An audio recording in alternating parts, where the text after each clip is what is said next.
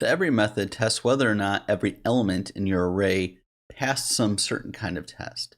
And depending on whether it does or does not, it'll give you the value true or false. So every just returns a Boolean. Let's see an example.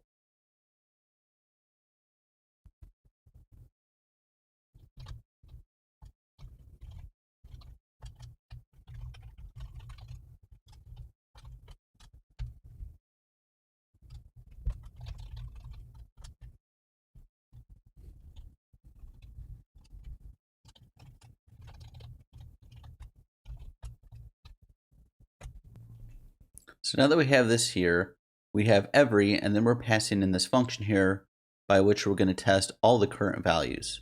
So first it's going to look through this, and then this index, and this index, and this index, and it's going to ask the question, is this value, as it goes over it, over 60? If at any point it finds that it's not the case, it's just going to return false.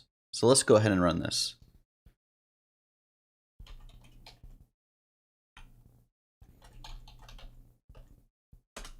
And we see that it is false.